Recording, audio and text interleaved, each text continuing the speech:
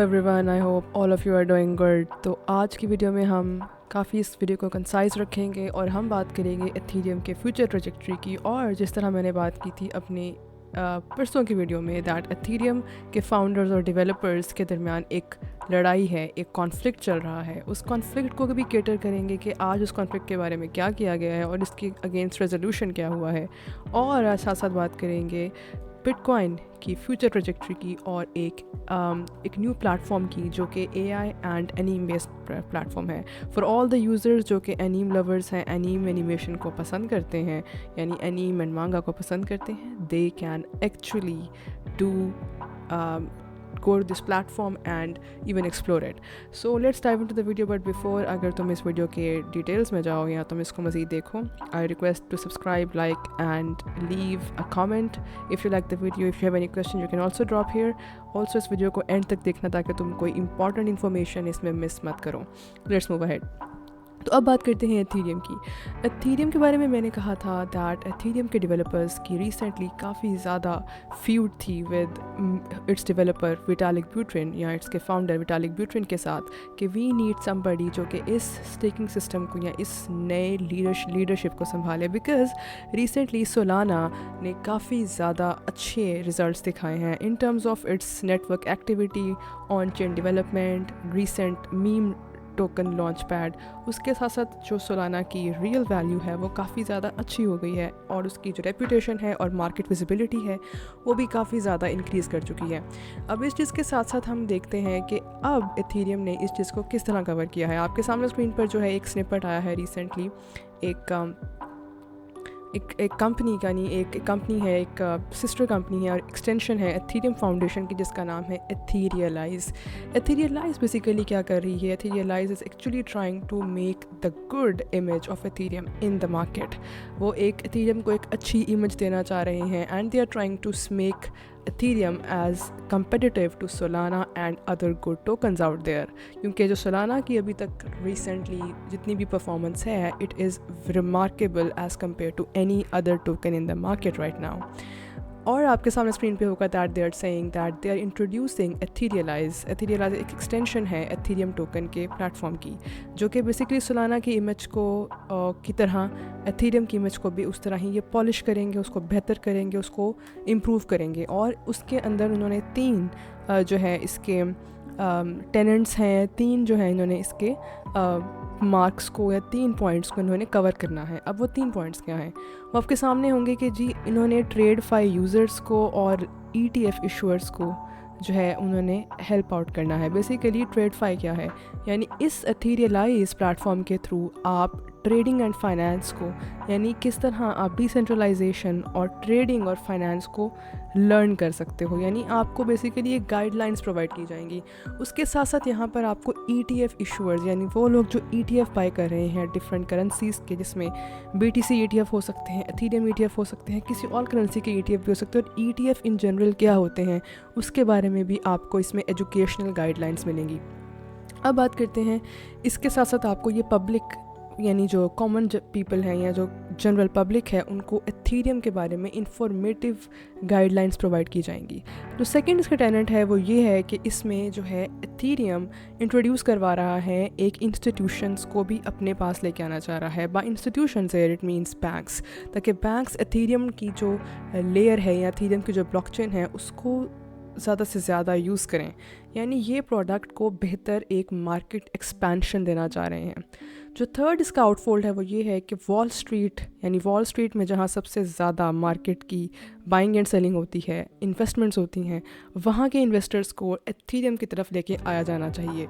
तो इस तरह के जो है इंसेंटिव्स को भी एथीरियम केटर कर रहा है और इस तरह जो है एथीरियलाइज अपने आप को यहाँ पर फ्यूचर में देखेगा, बिकॉज राइट नाउ मार्केट में काफ़ी ज़्यादा सोलाना की चर्चा होने की वजह से एथीरियम को वो लाइमलाइट नहीं मिल रही जो वो रियली डिज़र्व करता था, और उसकी प्राइस को देखते हुए उसके इन्वेस्टर्स उसके अंदर इंटरेस्टेड नहीं हैं और वो उसकी प्राइस को इतना हाई नहीं देख रहे जितना वो सोलाना को देख रहे हैं। तो अपनी इमेज को इम्प्रूव करने के लिए एथीरियम ने ये अब एक स्टेप लिया है, एक इनिशिएटिव स्टार्ट किया है। Let's see where the market is really headed.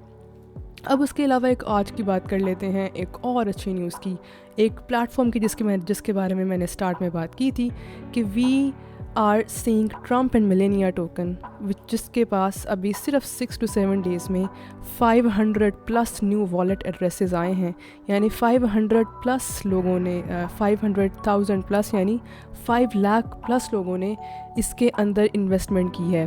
तो इसके बिल्कुल कंपैरिजन में एक न्यू प्लेटफॉर्म आया है। It is not a currency, it is not a token, but ये एक प्लेटफॉर्म है जो AI बेस्ड एनिमेशन आपको एक रोबोट बनाने की फैसिलिटी देता है। यानी आप इस प्लेटफॉर्म पे जाएं and you can create your own personal AI anime जो कि इंटरेक्ट करती है, यानी ये ह्यूमन टू AI इंटरेक्शन होगा।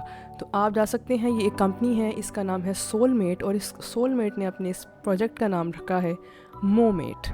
ठीक है, इस टोकन को या इस प्लेटफॉर्म को आप यूज़ करके अपना एक पर्सनल प्राइवेट ऑन बोर्ड जो है वो AI एजेंट क्रिएट कर सकते हैं जो आपके साथ इंटरेक्ट करेगा। आप उससे बात कर सकते हैं और ये जो है वो आपको एक बिल्कुल ह्यूमन टाइप ऑफ जो है वो आपको एक इसमें एलिमेंट नज़र आएगा। उसके अलावा ये कि अगर हम बात करें इसके ऑन प्लेटफॉर्म एक्विजिशन की या ऑन प्लेटफॉर्म एडॉप्शन की, यानी कितने लोगों ने मोमेट में आके उसको यूज़ कर रहे हैं या उस पर कितनी ट्रैफिक है, तो अगर हम कंपेयर करें सबसे ज़्यादा पॉपुलर टोकन्स के साथ इसको, जो कि इस टाइम मार्केट में ट्रम्प टोकन है और मिलेनिया टोकन है, उसके कंपैरिजन में मोमेट ने 6 मिलियन यूज़र्स को अपने प्लेटफॉर्म पे रजिस्टर किया है। इसका मतलब है कि मोमेट के प्लेटफॉर्म पे 6 मिलियन यूज़र्स अपने ही AI एजेंट्स और AI एनीम क्रिएट करके उसको टोकनाइज़ भी कर रहे हैं। यानी आप उस AI एजेंट को आगे टोकनाइज़ कर सकते हो, उसको आगे सेल कर सकते हो और वो मोनेटाइज होके आपको अर्निंग भी प्रोवाइड कर सकता है। So you can go there, create your own token, create your own project and AI anime character, और उसके थ्रू आप अर्न कर सकते हो।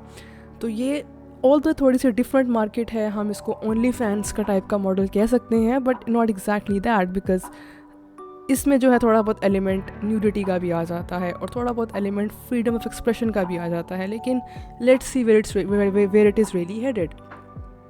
अब बात करते हैं BTC की। सो BTC जो है वो हमें काफ़ी अच्छा प्रॉमिसिंग नज़र आ रहा है। न्यू ETFs जिसके बारे में मैंने कल की वीडियो में बात की थी वो भी इशू हो चुके हैं against some meme tokens and against some good currencies जैसे रिपल हो जाए, सोलाना हो जाए और कुछ और ETFs जैसे कि कार्डानो वगैरह के बारे में भी बात की जा रही है। But right now we are only seeing Solana and Ripple ETFs। अब बात करें हम क्रिप्टो के अंदर रेगुलेशंस की, तो रिसेंटली डोनाल्ड ट्रंप ने आज स्टॉक पाइल एक क्रिएट किया है, यानी एक एजेंसी क्रिएट की है against under the security exchange commission of USA, उसके अंडर SEC USA के अंडर, जिसके थ्रू अब क्रिप्टो करेंसीज को बहुत ईजिली रेगुलेट किया जाएगा within a few days. यानी within a few days आप क्रिप्टो करेंसीज के लिए दुनिया का जो कैपिटल है वो USA को देखेंगे। यानी वो अपने आप को कह रहे हैं कि you will see America as the crypto capital of the world, यानी अमेरिका एक crypto capital of the world कहलाएगा। तो ये आज है जो इसकी न्यूज़ है BTC से रिलेटेड। इसका मतलब है कि in the coming time we might see BTC as becoming a reserve or state bank or their central bank reserve. So इस अगर ये रिज़र्व बन जाता है तो we can see crypto currencies and alt coins, यानी जितने भी और कॉइन्स हैं वो बूम होंगे। So that is it for today's video. If you like it, do not forget to subscribe, like, comment and watch it till the end. और अगर आपकी कोई भी feedback है, you can really drop them in the comment section. So that's it for today's video. Have a good time. Allah Hafiz.